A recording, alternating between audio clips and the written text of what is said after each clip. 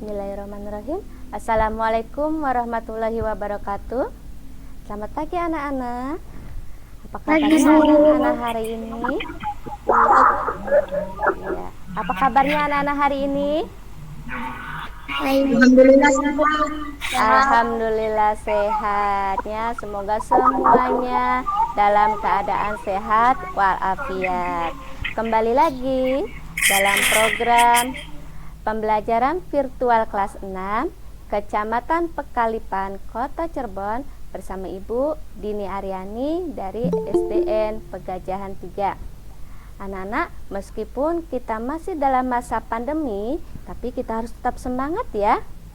Dan tetap disiplin dalam menerapkan protokol kesehatan. Yang pertama, memakai masker. Kedua, selalu mencuci tangan menggunakan sabun. Ketiga, menjaga jarak. Keempat, menghindari kerumunan. Dan kelima, mengurangi mobilitas. Dengan disiplin dalam menerapkan protokol kesehatan, diharapkan kita tetap selalu sehat dan terhindar dari COVID-19. Materi pada pembelajaran hari ini yang pertama IPS. Tokoh-tokoh yang berperan dalam proses proklamasi kemerdekaan Indonesia. Kemudian bahasa Indonesia yaitu cerita fiksi. Yang ketiga PKN perubahan budaya akibat modernisasi. Sebelum kita memulai pembelajaran hari ini, anak-anak persiapkan dulu alat tulisnya. Sudah siap belum? Sudah siap alat tulisnya? Jangan lupa. Iya, siapkan dulu ya buku tulisnya, ballpoint, PKS. Dicatat jika ada hal-hal yang penting. Sebelum kita memulai, alangkah baiknya kita berdoa sebelum belajar. Doa sebelum belajar. Bismillahirrohmanirrohim. Rabbi zidni ilma warzuqni fahma.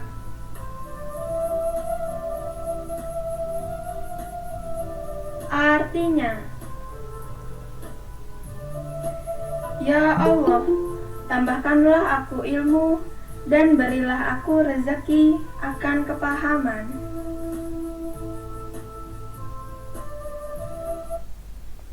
Amin, amin ya robbal alamin. Anak-anak, Ibu mau bertanya, tanggal berapakah Indonesia merdeka? Tanggal 17 Agustus 1945. Iya, pinter. Tadi suaranya siapa ya? Indra Kurniawan, Bu, dari SD Pegajahan 1. Iya, Indra Kurniawan dari SDN Pegajahan 1. Pinter ya. Tapi sebelumnya Ibu akan menyampaikan terlebih dahulu tujuan pembelajaran pada hari ini. Yang pertama, mengenal tokoh-tokoh yang berperan dalam proses proklamasi kemerdekaan Indonesia.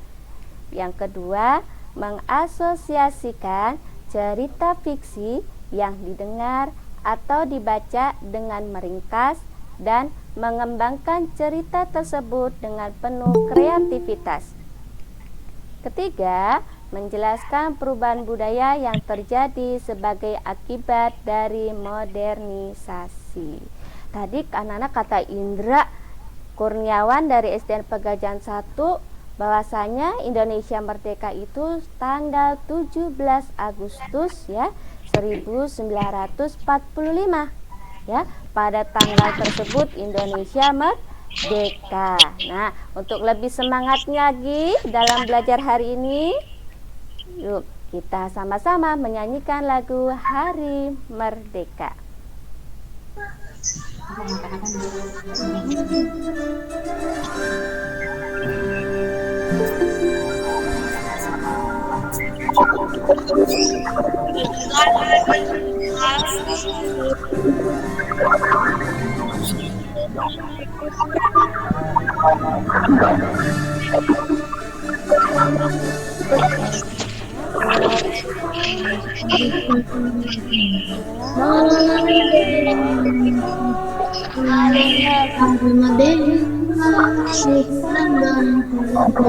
Lahirnya bangsa Indonesia. Merdeka tetap merdeka. Selalu nelayan asli bukan kita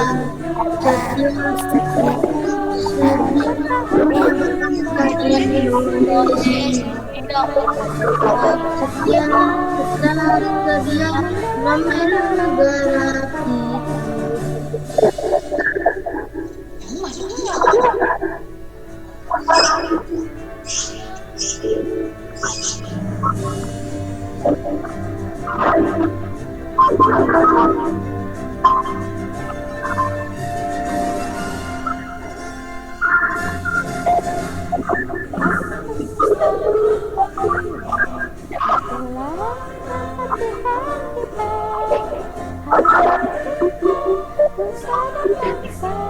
hari lahirnya bangsa Indonesia.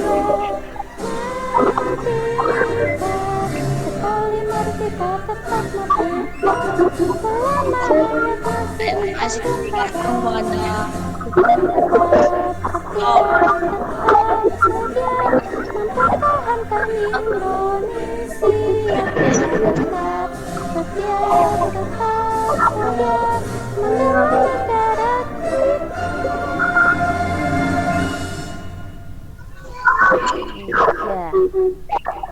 Ya, proklamasi kemerdekaan menjadi tonggak sejarah bagi perjuangan bangsa Indonesia. Meskipun terdiri atas suku yang berbeda, rakyat Indonesia bersatu dalam memproklamirkan kemerdekaan Indonesia. Pahlawan dalam memperjuangkan kemerdekaan Indonesia ini, beliau mengorbankan ya dengan seluruh jiwa, raga, harta sampai titik darah penghabisan. Tokoh yang berperan dalam proses proklamasi kemerdekaan Indonesia. Anak-anak, ada yang tahu tokohnya siapa saja? Ya, ada yang tahu tidak tokoh-tokoh yang berperan dalam proses proklamasi kemerdekaan Indonesia? Ada yang tahu? Insinyur Soekarno-Hatta. Iya, Bapak Insinyur Soekarno dan Dr. Andes Muhammad Hatta. Ada lagi? Pintar tuh ya. Tadi siapa ya? Ada lagi? Raisya Aurelia. Raisya Aurelia. Ya. Selain Insinyur Soekarno dan Dr. Andes Muhammad Hatta, ada lagi kah tokoh yang berperan dalam proses proklamasi kemerdekaan Indonesia? Fatmawati. Iya. Ada lagi?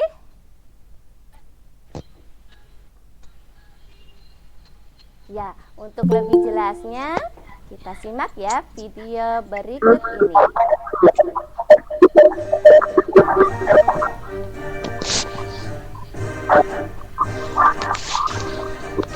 Proklamasi bangsa Indonesia dengan ini menyatakan kemerdekaan Indonesia.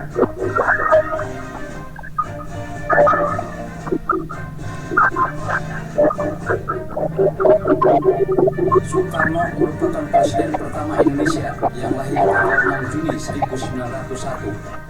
Beliau adalah salah satu tokoh yang berjasa dalam proses kemerdekaan Indonesia, yaitu menandatangani dan membacakan teks proklamasi atas nama bangsa Indonesia.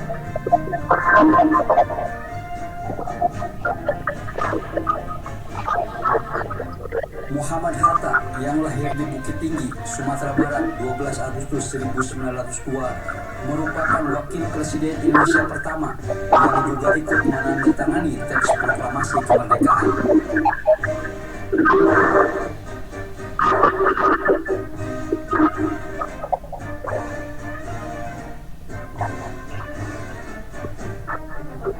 Dekana adalah salah satu pejuang kemerdekaan yang memiliki peranan penting dalam berlangsungnya proklamasi kemerdekaan. Ia bersama Khairul Saleh, Soekarni, dan pemuda-pemuda lainnya dari Menteng 31 menculik Soekarno dan Hatta dalam peristiwa Rengas Dengklok yang bertujuan agar kedua tokoh ini segera membacakan proklamasi kemerdekaan setelah kekalahan Jepang dari Sekutu pada tahun 1945.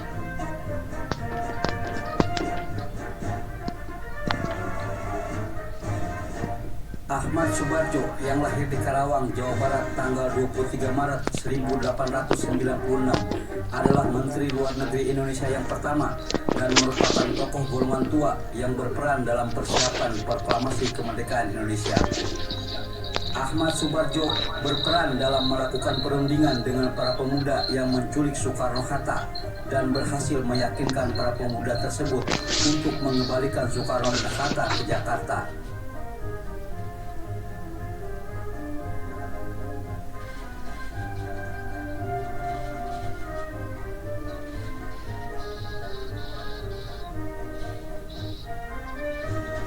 Soekarni adalah tokoh pemuda yang gigih melawan penjajah. Soekarni yang mengusulkan agar yang menandatangani teks proklamasi kemerdekaan adalah Bung Karno dan Bung Hatta atas nama bangsa Indonesia.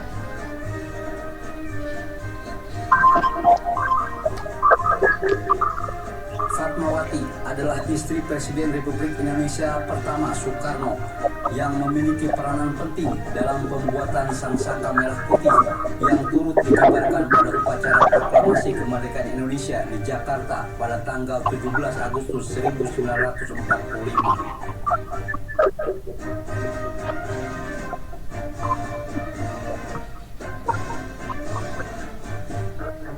Sayuti Melik adalah salah satu tokoh pemuda yang mengetik naskah proklamasi kemerdekaan Indonesia. Mic-nya matikan dulu ya.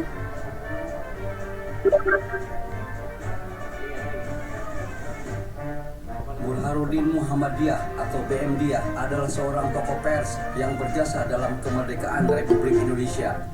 BMDiyah, seorang wartawan Indonesia, memiliki peranan penting untuk menyiarkan proklamasi kemerdekaan ke seluruh penjuru Nusantara. Syahrudin yang bekerja di kantor berita Jepang juga berpengaruh dalam proklamasi kemerdekaan Indonesia, mengabarkan berita proklamasi kemerdekaan Indonesia ke seluruh dunia secara sembunyi-sembunyi, sehingga berita kemerdekaan Republik Indonesia cepat tersebar luas.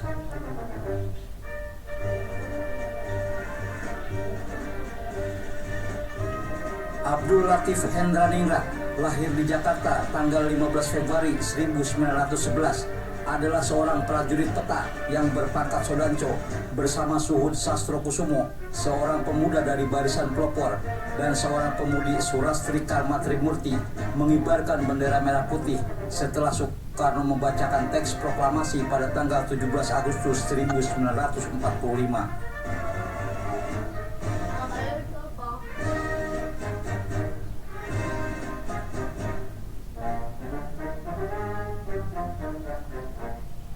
Franz Mendur dan Alex Mendur merupakan dua bersaudara yang berperan penting dalam proklamasi. Mereka berdua adalah juru foto yang memotret peristiwa bersejarah proklamasi tanggal 17 Agustus 1945. Namun sayang, tentara Jepang sempat menangkap Alex Mendur dan merampas kamera miliknya, sedangkan Franz berhasil lolos. Berkat jasa mereka, generasi Indonesia dapat menyaksikan sejarah proklamasi kemerdekaan Indonesia.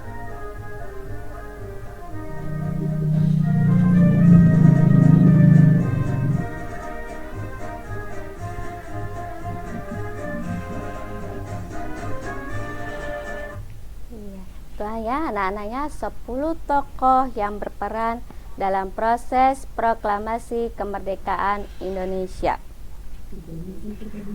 Perjuangan para pahlawan dapat kita tuangkan anak-anak ke dalam bentuk cerita.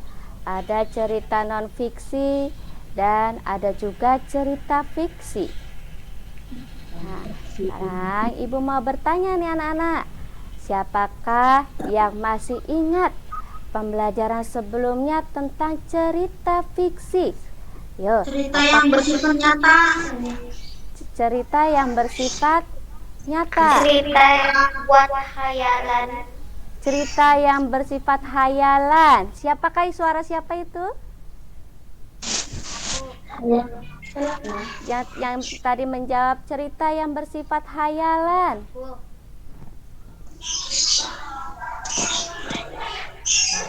Ya, tidak ada yang ngaku suaranya siapa ya. Iya, benar ya. Cerita yang isinya berdasarkan imajinasi atau hayalan pengarang pinter ya. Ya, jenis-jenis dari cerita fiksi itu ada cerita rakyat, cerpen, novel, dan dongeng. Ya. Unsur-unsur intrinsik dalam cerita ada tokoh. Tokoh adalah pelaku dalam cerita tersebut. Kemudian watak sifat dari tokoh. Amanat, pesan yang ingin disampaikan penulis kepada pembaca.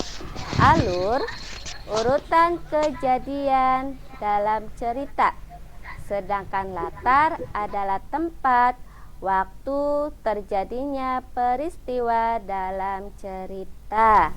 Ya, itu adalah unsur-unsur intrinsik dalam cerita. Ya, hari ini kita akan mencoba untuk membuat ringkasan dari cerita fiksi. Ringkasan itu sendiri artinya adalah hasil dari semua gagasan pokok atau intisari dari sebuah tulisan atau buku menjadi bentuk yang ringkas atau pendek dengan mempertahankan urutan isi dan sudut pandang pengarang sesuai dengan teks aslinya. Langkah-langkah dalam membuat ringkasan.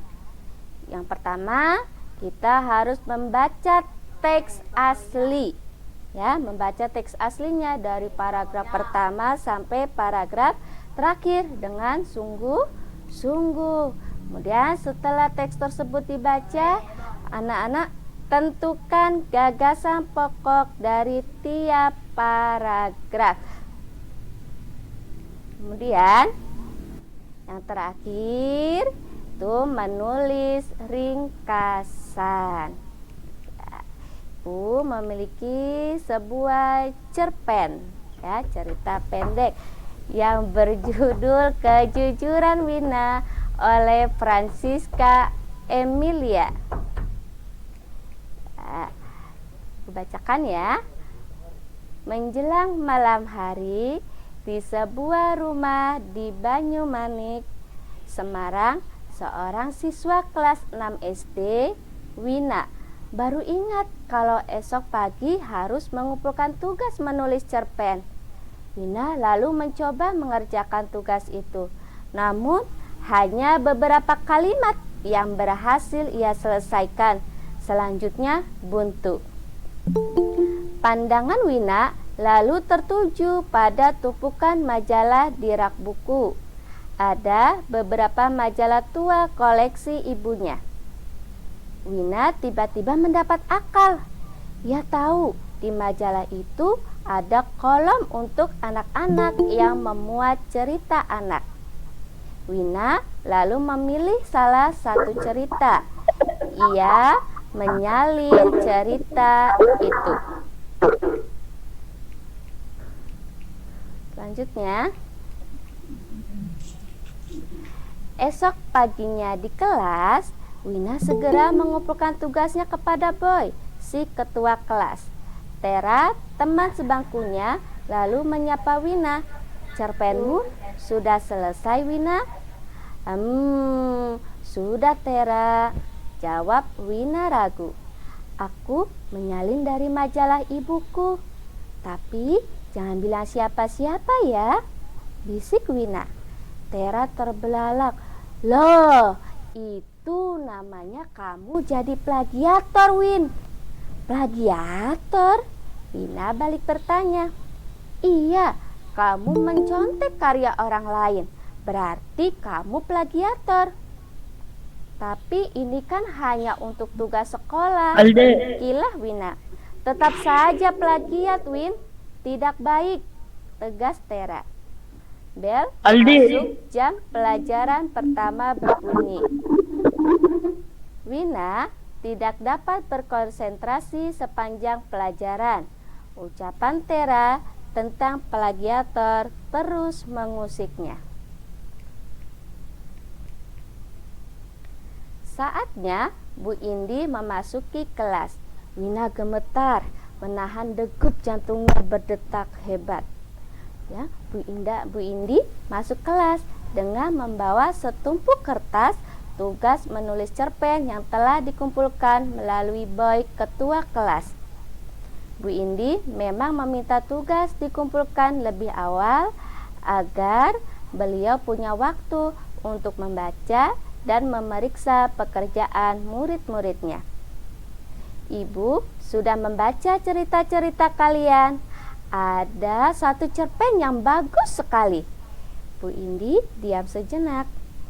Wina, tolong maju dan bacakan cerpenmu ya. Wina terkejut. Ia lalu berjalan ke depan kelas dengan kepala tertunduk. Bu Indi menyerahkan kertas tugasnya. Silakan dibaca. Wina tiba-tiba memberanikan diri berkata, maaf Bu, sebenarnya cerpen ini bukan karya saya. Saya menyalinnya dari sebuah majalah lama.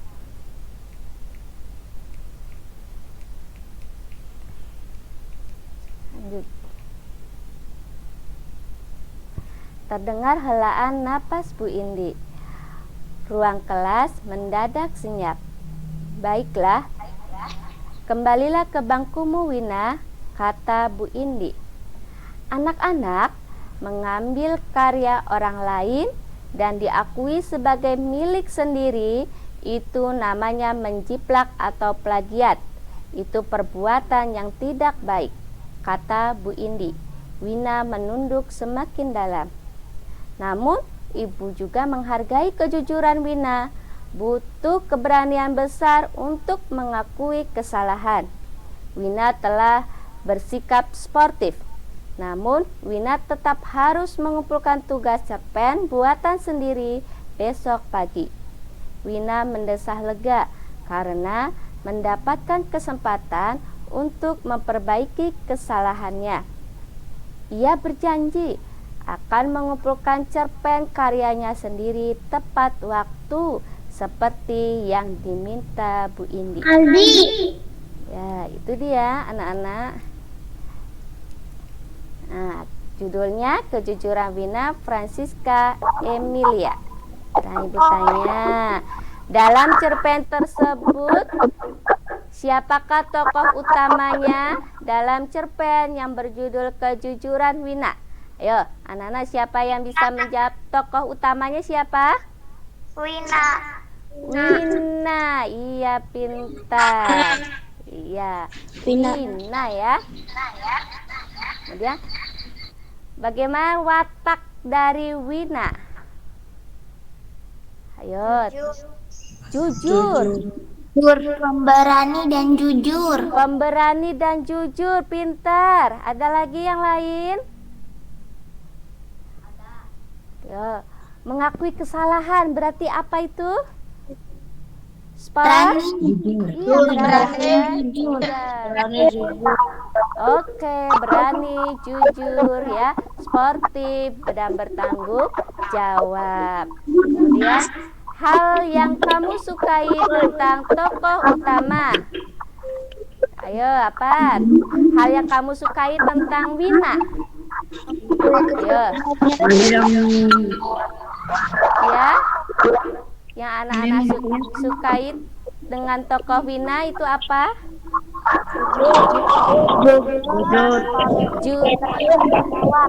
Jujur, bertanggung jawab. Iya, kita cek ya. Iya, berani jujur dan mengakui kesalahannya ya. Berarti bertanggung jawab. Kemudian hal yang mengejutkan. Ayo, yang mengejutkan, yang tidak disangka-sangka. Bagaimana dengan sifat Ibu Indinya ya, yang mengejutkan Wina? Ya. Bagaimanakah dengan sifat Bu Indinya? Apakah marah atau tidak? Coba Ibu mau dengar suaranya. Siapa ya? Memberikan kesempatannya. Suara siapa itu? Coba Laila Rahma. Marah tapi mau menyempatkan lagi untuk menulis cerpennya. Oh, Diana Putri ya. Ulangi coba pintar, apa jawabannya? Ibu Indi tidak marah tapi suruh mengulang lagi cerpennya dengan baik. Iya, Bu Indi tidak marah ya. Wina disuruh mengulang kembali untuk menulis cerpen. Iya, pintar ya. Bu Indinya nggak marah ya, menghargai kejujuran Wina dan memberikan kesempatan mengumpulkan cerpen lagi. Pintar ya, Diana Putri. Dan kita tentukan langkah yang kedua, yaitu kita menentukan gagasan pokok. Coba anak-anak perhatikan, baca paragraf yang pertama, tentukan manakah yang merupakan gagasan pokok. Coba Ardan Bae, jawabannya apa ya gagasan pokok pada paragraf pertama? Biasanya kalau gagasan pokok itu ada di awal atau juga ada di akhir kalimat. Mana suaranya Ardan Bae? Itu pertama tulisannya apa aja sih bacaannya? Tuh. Ya. Yang manakah gagasan pokoknya?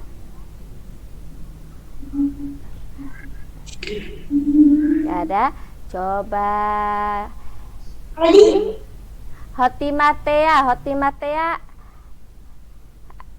Apakah gagasan pokok dari paragraf pertama?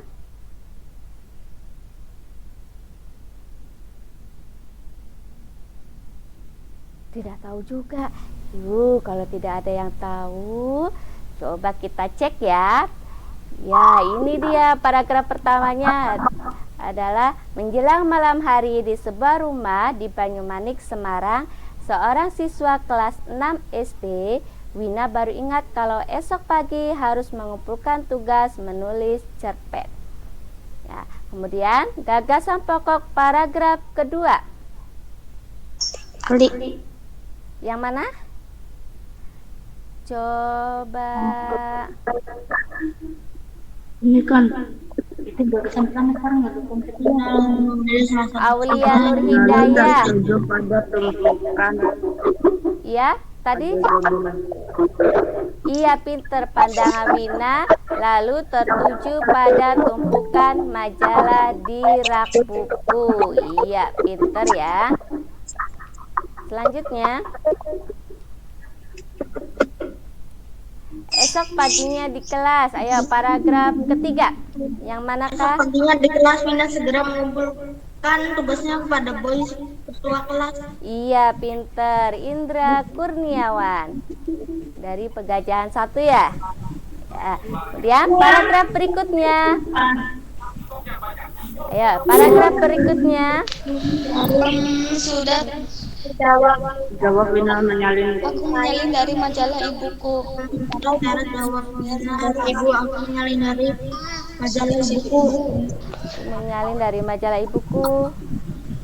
Ya, coba kita lihat. Ternyata itu namanya kamu jadi plagiator. Berikutnya, paragraf berikutnya. Paragraf kelima. Ayo, yang mana?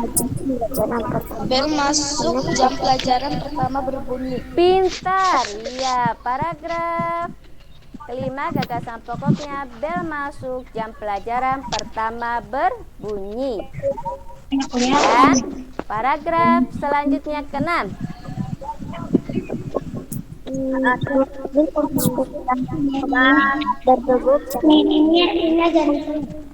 Indi memang meminta tugas dikumpulkan Ayo coba Jaskia lebih Putri. awal agar kalian Jaskia Putri ada? Jaskia Putri. Ada Jaskia Putri? Gagasan pokoknya apa?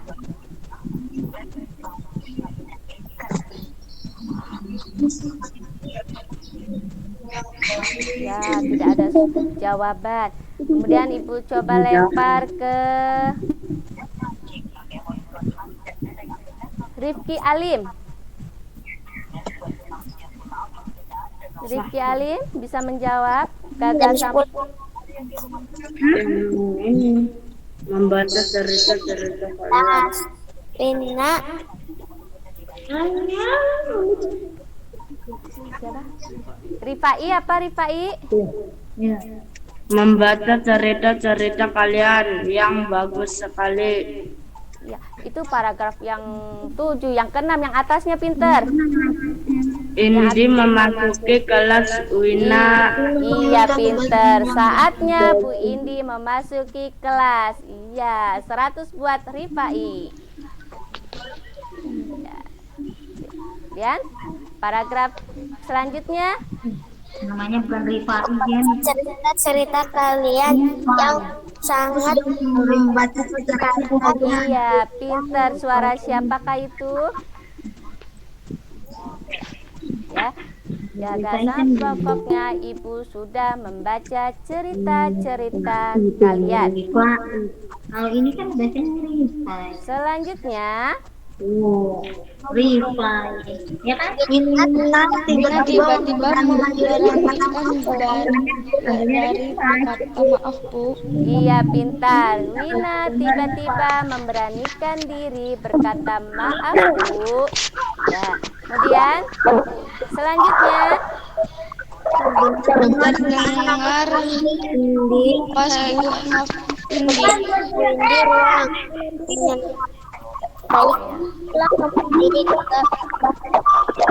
harus tepat. Coba ya. Zahra Nurul Aini, ada nggak Zahra Nurul Aini? Zahra Nurul Aini.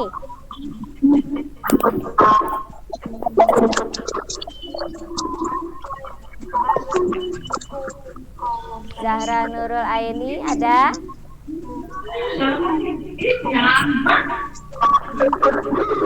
Ya, tidak ada jawaban.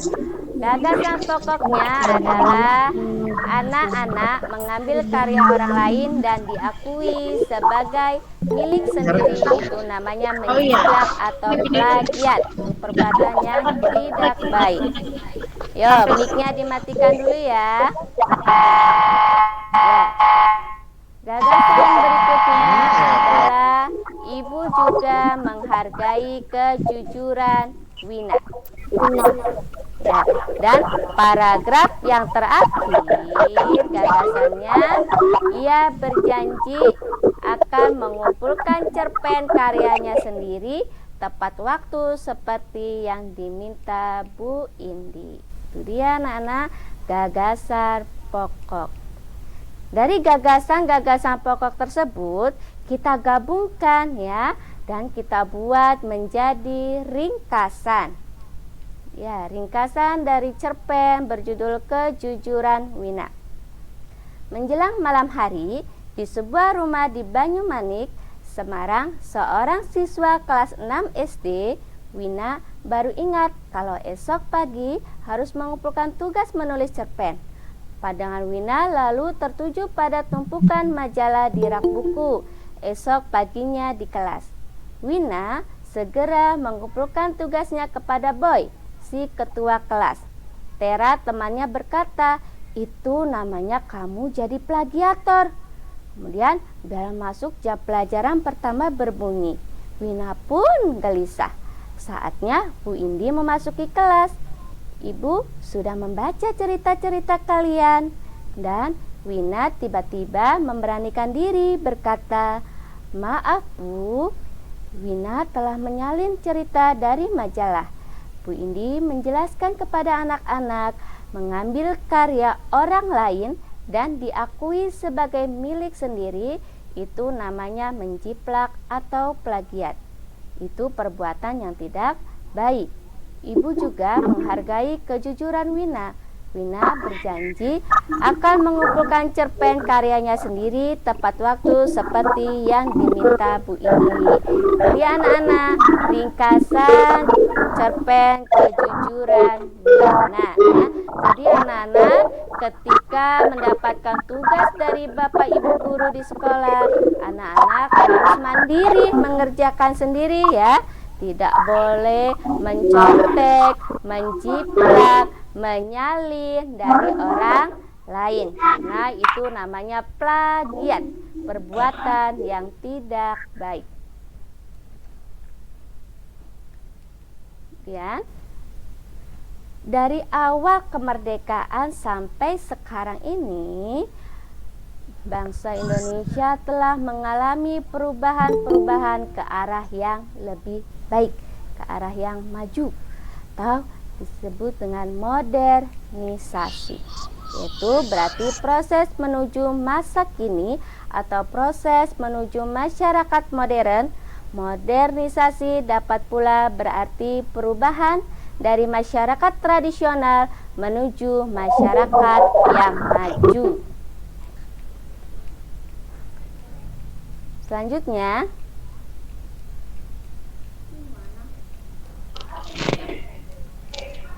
Pak Fari. Ya, perubahan sosial budaya. Ya, kita lihat di bidang komunikasi. Ya, anak-anak, kalau zaman dahulu komunikasi ketika kita ingin menghubungi seseorang yang jauh ya, apakah itu kakak, ibu, saudara, itu menggunakan sepucuk surat. Tapi sekarang tidak lagi ya, dengan berkembangnya teknologi, komunikasi sekarang lebih cepat ya, yaitu dengan menggunakan handphone atau HP. Kemudian di bidang transportasi, dahulu ya, zaman dahulu kalau kita hendak bepergian ke jauh itu kita menggunakan delman, andong, getek. Tapi sekarang ada yang lebih modern, yaitu bisa menggunakan bis, kereta api, pesawat terbang ya, dan lain-lain. Kemudian di bidang iptek, zaman dahulu ketika kita mau membuat tugas nih anak-anak, itu mengetik menggunakan mesin ketik.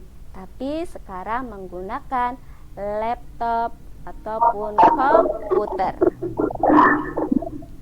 Kemudian gaya hidup. Nah, zaman dahulu kalau kita hendak berbelanja itu perginya ke pasar-pasar tradisional. Tapi sekarang ya, itu perginya ke supermarket atau ke mall-mall ya, ke mall. Kemudian zaman dahulu kita makan itu berasal dari alam, dari tumbuhan. Mau kangkung, petik di sawah ya, ada singkong, ada bayam. Tapi sekarang ya, banyak orang yang mencari makanan cepat saji ya. Kemudian berikutnya, dampak perubahan sosial budaya itu memiliki dampak positif dan juga dampak negatif. Yang positif, integrasi masyarakat yang kuat. Kemudian kemajuan teknologi. Dan tingkat kehidupan yang lebih baik. Berikutnya, pola pikir yang lebih maju. Sedangkan dampak negatif, munculnya hidup konsumtif, tingkat kriminalitas yang tinggi, munculnya sikap individualisme, mementingkan diri sendiri, dan terjadinya kesenjangan sosial. Ya, itu anak-anak ya, materi pada hari ini. untuk lebih jelasnya Ibu memiliki beberapa evaluasi. Kita lihat ya, evaluasi yang pertama, jawablah pertanyaan di bawah ini dengan tepat. Tuliskan 10 tokoh yang berperan dalam proklamasi kemerdekaan Indonesia. Yang tadi menyimak video Insinyur tentang Soekarno tokoh. Hatta, Ya, Insinyur Soekarno, Insinyur Dr. Muhammad Hatta, Coba. Soeharto, Soekarno, Coba satu. Iya. BM Dia, Latif Hendra, Ya, hebat semangatnya ya, semua pada menjawab. Cuma Insinyur kalau Soekarno, semua menjawab ibunya tidak jelas. Coba Dr. Indra Muhammad Kurniawan. Hatta dan Ahmad Coba Indra Kurniawan, coba Subarjo. suaranya. Wisya Arul Insinyur Soekarno, Sayuti Mari Muhammad Hatta, Ya, Ikana, Ahmad Subarjo, Fatmawati, Fatmawati, Sayuti Sayuti BM Melik, Dia, BM Latif Dia, Hendra Ningrat, Latif Frans Hendra. Mendur. Fras Mendur. Iya, hebat. Ya, the best buat Indra Kurniawan. Ya, kita lihat ya. Pertama Insinyur Soekarno, 2 Dr. Andes Muhammad Hatta, 3 Wikana, 4 Ahmad Subarjo, 5 Soekarni, 6 Fatmawati, 7 Sayuti Melik, 8 BM Dia, 9 Latif Hendra Ningrat, 10 Frans Mendur. Ya, hebat nih Indra Kurniawan. Nah, baca ya, coba ada teks. Anak-anak baca ya teks tersebut, kemudian tentukan ringkasannya.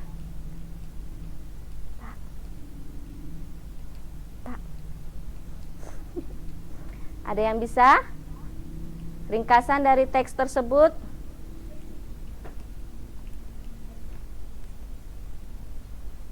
Ada yang bisa? Coba gantian jangan Indra lagi ya. Mau dengar suaranya siapa ya? Rifai Oktavianto. Adalah sosok yang menjadi panutan. Dia akan wilayah yang dipimpinnya, oleh karena itu sangat diperlukan pemimpin yang baik, ditandai oleh dimilikinya jiwa itu diwujudkan dalam sikap. Ya, ringkasannya apa sayang? Ringkasan dari teksnya apa? Ayo. Wilayah pemimpin sosok yang baik, yang sosok menjadi dengan jiwa menjadi panutan,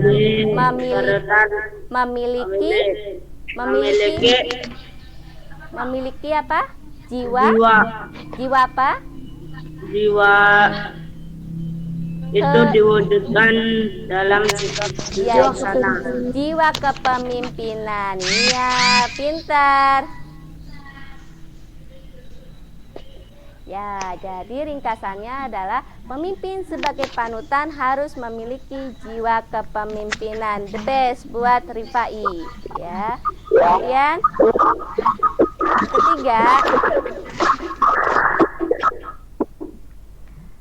jelaskan perubahan sosial budaya akibat modernisasi di bidang komunikasi. Nah, ayo. Coba, tadi laki-laki terus ya, sekarang mau dengar suara anak perempuan. Siapa ya? Anak perempuan mana yang perempuan? Lala Dinita. Ya, Lala Dinita, bagaimanakah perubahan budaya akibat modernisasi di bidang komunikasi? Lala. Oh, Lala. Ya udah, pindah ya ke siapa? Perempuan. Zahra Nurul Aini. Apakah jawabannya Zahra Nurul Aini? Dulu itu komunikasinya pakai kertas, pakai surat, dan sekarang bisa pakai handphone. Iya, pinter Zahra. Dahulu komunikasi menggunakan sepucuk surat, tapi dengan adanya modernisasi kini komunikasi menggunakan handphone. The best ya. Kemudian anak-anak ada kesimpulan pada hari ini. Yang pertama, tokoh-tokoh dalam proklamasi kemerdekaan, diantaranya tadi Insinyur Soekarno, Dr. Andes Muhammad Hatta, Soekarni, Mr. Ahmad Subarjo, ya, Wikana, Fatmawati, Frans Mendur, Latif Hendraningrat, dan lain-lain. Kemudian kesimpulan yang kedua, ringkasan adalah hasil dari semua gagasan pokok atau intisari dari sebuah tulisan atau buku menjadi bentuk yang ringkas atau pendek dengan mempertahankan urutan isi dan sudut pandang pengarang sesuai dengan teks aslinya. Kesimpulan yang ketiga, dampak positif perubahan sosial budaya diantaranya integrasi masyarakat yang kuat, kemajuan teknologi, tingkat kehidupan yang lebih baik. Dampak negatifnya munculnya hidup konsumtif, individualisme, dan kesenjangan sosial. Nah, demikian anak-anak pembelajaran hari ini. Semoga dapat bermanfaat ya, dan tetap semangat, tetap disiplin dalam menerapkan protokol kesehatan. Berjumpa lagi dalam program pembelajaran virtual kelas 6 berikutnya. Wassalamualaikum warahmatullahi wabarakatuh. Terima kasih, Bu. Terima kasih Bu Bapak.